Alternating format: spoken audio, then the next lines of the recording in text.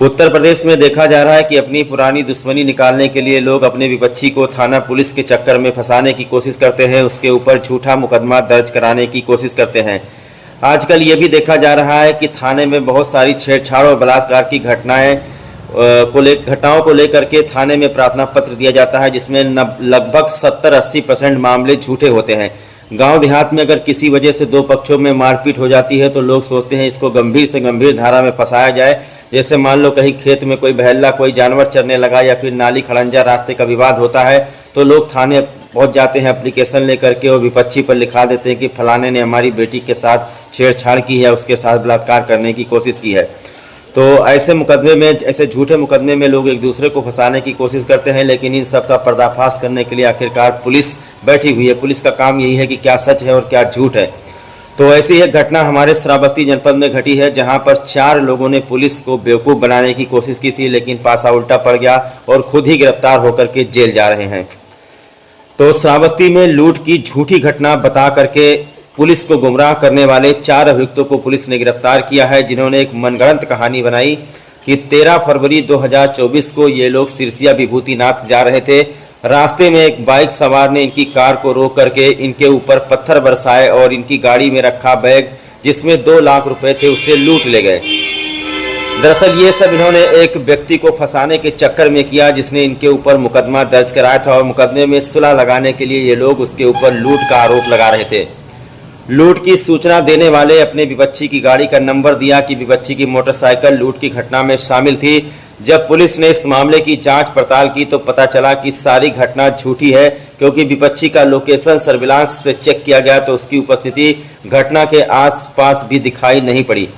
फिर पुलिस ने इन्हीं लोगों से कड़ाई से पूछताछ की तो ये लोग टूट गए और सारा किस्सा बयान कर दिया कि हम लोगों ने ही ये झूठी घटना बताकर पुलिस को फोन किया था। उत्तर प्रदेश के जनपद मथुरा के दामोदरपुरा थाना एवं पीलीभीत के दौलतपुर थाना निवासी विशाल मिश्रा पुत्र स्वर्गीय सत्यदेव मिश्रा तथा नवल किशोर शर्मा पुत्र नरेंद्र शर्मा ने भिंगा कोतवाली में प्रार्थना पत्र दिया और बताया कि इस तरह से विभूतिनाथ जाते वक्त उनके साथ में लूट हुई है। जब पुलिस ने इस मामले में सर्विलांस टीम को लगाया तो घटना संदिग्ध प्रतीत हुई। जांच में ये पता चला कि थाने में झूठा एप्लीकेशन देने वाले का एक दोस्त है जिसका नाम है अनुभव पाठक पुत्र राम सेवक पाठक और उसका एक भाई है जिसका नाम है ज्ञानेंद्र पाठक। ये दोनों भिंगा कोतवाली के भंगा बाजार के रहने वाले हैं।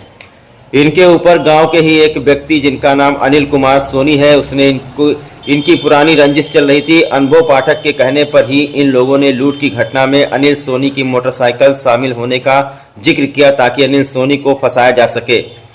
लूट की घटना पूरी प्लानिंग करने वाले अनुभव पाठक के ऊपर पूर्व में अनिल सोनी ने 2023 में मुकदमा दर्ज कराया था। उसी मुकदमे में सुलह लगाने के लिए उसके ऊपर दबाव बनाने के लिए अनुभव पाठक के कहने पर विशाल और नवल शर्मा ने झूठी रिपोर्ट दर्ज कराई। अब जब सारे खेल का पर्दाफाश हो गया है तो इन लोगों को आईपीसी की धारा 389, 182, 186 तथा 120 बी में बुक करके जेल भेजा जा रहा है। इस घटना से उन लोगों को सबक मिलेगा जो अपनी दुश्मनी निकालने के लिए लोगों के ऊपर झूठी रिपोर्ट दर्ज कराते हैं और पुलिस को गुमराह करके उनका वक्त जाया करते हैं।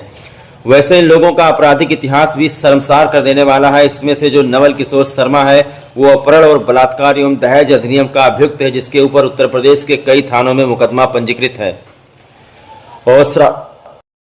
और यही नहीं, आपको बता दें कि भिंगा कोतवाली में जाकर लूट की झूठी रिपोर्ट दर्ज कराने वाले पीलीभीत के विशाल मिश्रा और नवल किशोर ने खुद को भगवा हिंदू युवा वाहिनी का जिलाध्यक्ष और महामंत्री बताया। यानी ये सब बता करके पुलिस के ऊपर रोब झाड़ने की कोशिश की जा रही थी कि हम हिंदू युवा वाहिनी के जिलाध्यक्ष और महामंत्री हैं। जब पुलिस ने इनके थाने से इनका आपराधिक इतिहास मंगवाया तो पुलिस के भी होश उड़ गए। दरअसल खुद को हिंदू युवा वाहिनी का जिलाध्यक्ष और महामंत्री बताने वाले नवल किशोर शर्मा के ऊपर पहले से ही अपहरण और बलात्कार एवं दहेज अधिनियम में मुकदमा पंजीकृत है। ये जो भगवा वस्त्र धारण करके आज पुलिस के चंगुल में फंसे हैं, इनका आपराधिक इतिहास आप लोग देख ही रहे हैं कि ये बलात्कार के अपराधी हैं और श्रावस्ती में पहुंच करके इन्होंने बहुत ही मनगढ़ंत कहानी बनाई। श्रावस्ती पुलिस को इन्होंने गुमराह किया और झूठी रिपोर्ट दर्ज कराई कि भिंगा के जंगलों में इनके साथ में लूटपाट हुई। ये समझ रहे थे कि पुलिस यहाँ की बेवकूफ़ है और विपक्षी के ऊपर जाकर के पुलिस मुकदमा दर्ज कर देगी, लेकिन पुलिस ने बहुत ही ज़बरदस्त काम किया। पुलिस की जो सर्विलांस सेल की टीम है, उन्होंने हर एक चीज़ बहुत ही अच्छी तरीके से खंगाला और पता किया कि जिसके ऊपर ये झूठी रिपोर्ट दर्ज कराने की कोशिश कर रहे हैं, घटना में उसकी मोटरसाइकिल शामिल ही नहीं थी, ना ही घटना स्थल पर उस अनिल कुमार सोनी का कहीं पर लोकेशन प्राप्त हुआ। दरअसल इन लोगों ने पुलिस को गुमराह करने की कोशिश की और ये खुद ही जाल में फंस गए और अब इनको जेल भेजने का काम श्रावस्ती की पुलिस कर रही है।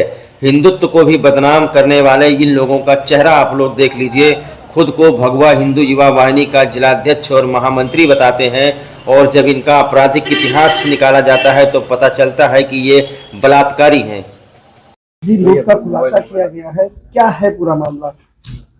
ये थाना भिनगा क्षेत्र में गुलरा के जंगल के पास एक सूचना आई थी कि मेरे साथ जो है 4 पहिया गाड़ी से पत्थर मार करके गाड़ी को रोका गया और उसके बाद उसमें से 3 लड़कों ने 2 लाख रुपए की लूट कर ली थी। इस सूचना पर तत्काल पुलिस ने कार्रवाई करते हुए थाना प्रभारी मौके पर गए और उनसे पूछताछ की गई तो प्रथम दृष्टया घटना संदिग्ध लग रही थी। गहराई से पूछताछ करने पर मालूम चला कि इन लोगों ने लूट की फर्जी सूचना दे करके घटना क्रिएट की है। इसमें ज्ञानेंद्र पाठक, अनुभव पाठक के नाम जो है अनिल कुमार सोनी नाम के आदमी ने मुकदमा पंजीकृत कराया था, जो IT एक्ट की धाराओं में था। इसी क्रम में इन दोनों के द्वारा ये जो विशाल मिश्रा जो जनपद मथुरा के रहने वाले हैं और नरेंद्र कुमार शर्मा जो पीलीभीत के हैं, ये भगवा हिंद वाहिनी के तथाकथित अध्यक्ष और महामंत्री बताए गए।